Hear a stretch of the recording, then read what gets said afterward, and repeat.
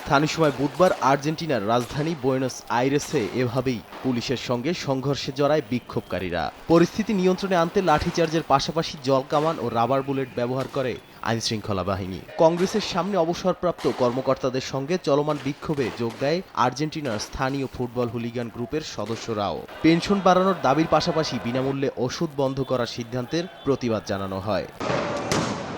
চলমান বিক্ষোভে বয়স্ক প্রতিবাদকারী আহত হওয়ার পরেই বিগ ফাইভের বোকা জুনিয়র্স ও রেসিং নামের ফুটবল দলের সমর্থকরা যোগ দেয় বলে জানায় দেশটির নিরাপত্তা মন্ত্রণালয়। এদিন নিরাপত্তা বাহিনীকে লক্ষ্য করে পাথরসহ বিভিন্ন বস্তু ছুড়ে মারে বিক্ষোভকারীরা। লিবার্টারিয়ান প্রেসিডেন্ট জেভিয়ার মিলেই দায়িত্ব গ্রহণের পর সরকারের ব্যয় সংস্কারের অংশ হিসেবে অবসরপ্রাপ্তদের পেনশনে কাটছাঁট করেন। তবে বিরোধীদের দাবি এতে আর্জেন্টিনার সবচেয়ে ঝুঁকিপূর্ণ জনগোষ্ঠী ক্ষতির মুখে পড়েছে। এমনকি মুদ্রাস্ফীতি নিয়ন্ত্রণের লক্ষ্যে বিনামূল্যে ওষুধ দেয়া বন্ধ করার সিদ্ধান্তও নেন তিনি। নাদিম মারজান, সময় সংবাদ।